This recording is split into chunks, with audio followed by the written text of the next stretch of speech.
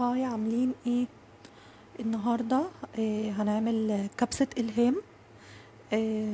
اول حاجة حطينا زيت، يعني زيت كتير شوية، يعني اكن احنا كده هنقلي البصل.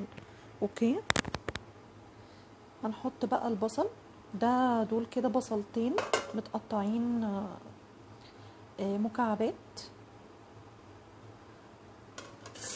مكعبات صغيرة.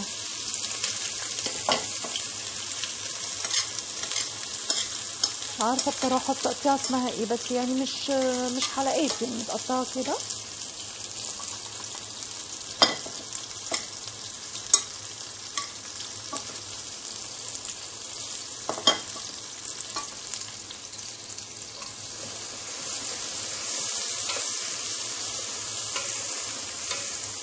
وبصراحة انا بعد ما قطعت البصل حاسة ان البصلتين كتير قوي على الكمية اللي معايا، بس مش مشكلة. مفروض كده ان البصل يبقى بني بني غامق، اكنه بصل كشري. انا هستنى لما يبقى لونه بني واجد. انا كده بقى حطيت الفراخ. بعد ما البصل بقى لونه بني حطيت الفراخ وحطيت 3 فصوص ثوم. هبدأ بقى اضيف البهارات اللي معايا. اول حاجة معايا ملح،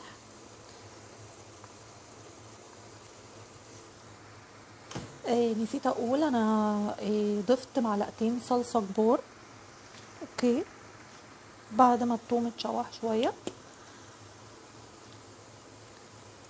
بعد كده بقى ملح ورشة قرفة صغيرة،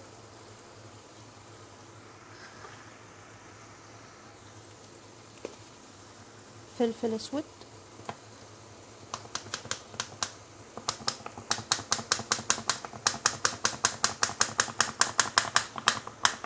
انا بحب احط الفلفل الاسود كتير.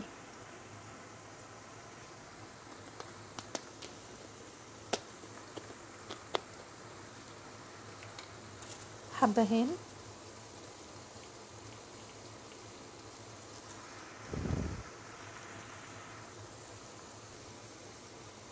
هحط ورقتين لوري.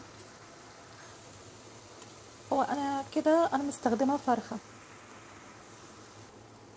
كده. بعد ما قلبنا الفراخ وحطينا نفس البهارات الناحيه التانية، بس ما عدا الحبهان واللوري يعني بيتحط كده كده في الحله.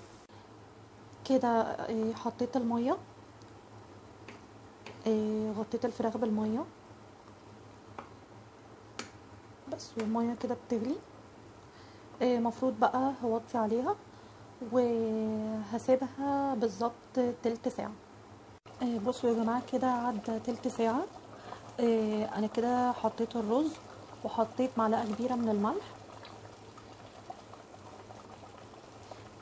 على فكره انا مش يعني مش هخلي الميه تبقى زياده، عشان انا مش بحب الميه تبقى زياده فيها. انا هخليها عادي زي الكبسه العاديه. في ناس بيعملوها بتكون معجنه شويه، لا انا بحبها تكون الميه بتاعتها مظبوطه. ونسيت اقول لكم كمان انا ضفت بهارات مشكله. آه، يعني بعد ما حطيت الفراخ في الميه، آه، كنت ناسيه ان انا ما حطيتش بهارات، فحطيت بهارات مشكله. في برضو ممكن تحطوا بهارات كبسه، بس انا مش عندي. هنسيبها بقى لحد ما تستوي وارجع لكم تاني.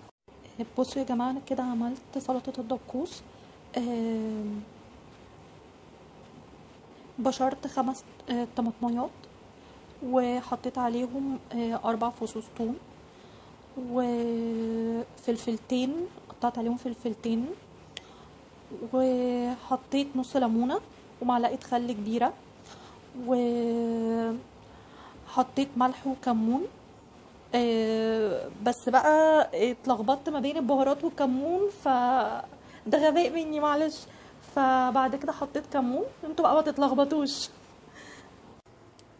ده كده شكل الطبق بتاعنا.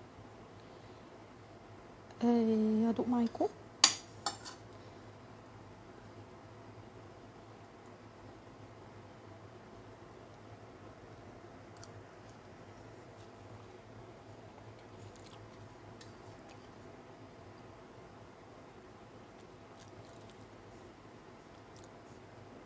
تحفة، جربوها.